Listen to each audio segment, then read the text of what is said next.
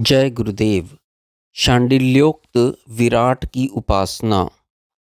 यह सब कुछ ब्रह्म ही है, ऐसा जानकर कि यह सब उसी से उत्पन्न और उसी में लीन होता है, उसकी शांत मन से उपासना करें।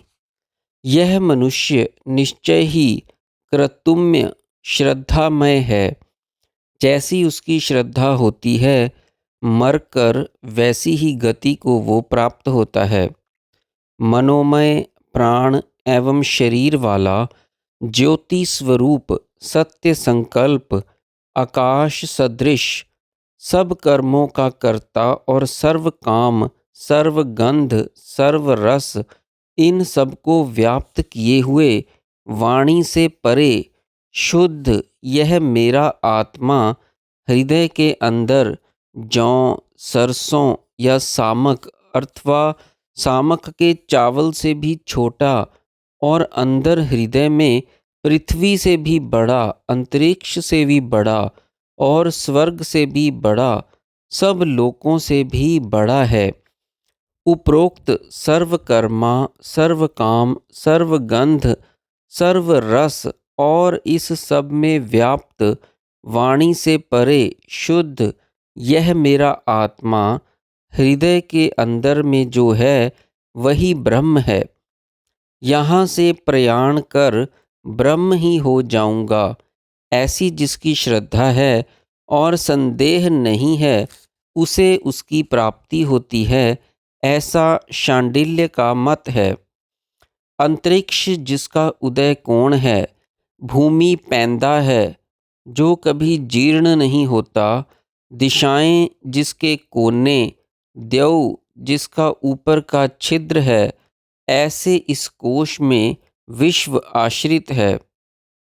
प्राण से जो कुछ यह सब कुछ है अभिप्रेत है, उसी की शरण में जाना है। भूह से पृथ्वी अंतरिक्ष और दिवलोक अभिप्रेत है, उसी की शरण में जाना है। भुवः से अग्नि वायु और आदित्य अभिप्रेत है, उसी की शरण में जाना है। स्वः से ऋग्वेद यजुर्वेद और सामवेद अभिप्रेत हैं, उसी की शरण में जाना है, ऐसा ही मैंने कहा है। जीवन एक यज्ञ है। यह जीवन एक महान यज्ञ है। इसके प्रथम 24 वर्ष प्रातः सवन के तुल्य हैं। गायत्री छंद के 24 अक्षर होते हैं। प्रातः सवन गायत्र है, उसमें वसु व्याप्त है। प्राण ही वसु हैं, उनसे ही जीवन व्याप्त है। यदि इस अवस्था में कोई अरिष्ट आवे तो कहना चाहिए, हे प्राणों वसुगण, यह मेरा प्रातः सवन है, इसे माध्यान्ह सवन के साथ जोड़ दो ताकि वसु रूप प्राणों में मेरा यज्ञ विलुप्त ना हो, तो वह अरिष्ट से मुक्त और निरोग हो जाता है। इसके बाद के जो 44 वर्ष होते हैं वह माध्यान्ह सवन हैं। त्रिष्टुप के 44 अक्षर होते हैं। माध्यान्ह सवन त्रिष्टुप है, उसमें रुद्र व्याप्त हैं। प्राण ही रुद्र हैं, ये ही सबको रुलाते हैं। अरिष्ट आने पर फिर वैसा ही कहें, उससे वह निरोग हो जाएगा। इसके बाद के जो 48 वर्ष हैं वह तीसरा सवन है। जगती छंद के 48 अक्षर हैं। तृतीय सवन जागत है, उसमें आदित्य व्याप्त रहते हैं। प्राण ही आदित्य हैं, वे ही सब कुछ ला देते हैं। अरिष्ट आने पर फिर कहें, हे आदित्य, प्राणों में तृतीय सवन ना टूटने पावे तो वह निरोग हो जाएगा। इस विद्या को जानने वाले महीदास ऐत्रेय ने कहा था कि तू मुझे क्यों दुख देता है, मैं नहीं मरूंगा। और वे 116 वर्ष तक जीवित रहे। दूसरा भी इसी तरह 116 वर्ष जी सकता है। जो खाने पीने की इच्छा में रमण नहीं करता, अर्थात आसक्ति छोड़कर खाता पीता है, वह उसकी दीक्षा है। ऐसा मनुष्य जो खाता है, पीता है या रमण करता है, वह उसका उपसद व्रत के समान है। उसका हंसना, खाना और मैथुन यज्ञों के स्तुत शास्त्रों के सदृश है। उसका तप, दान, आर्जव, अहिंसा और सत्य वचन दक्षिणा के तुल्य है। इसलिए कहते हैं कि ऐसे पुरुष का जन्म और मरण सोम रस के निचोड़ने और अवभृत अर्थात यज्ञ समाप्ति के स्नान के सदृश है।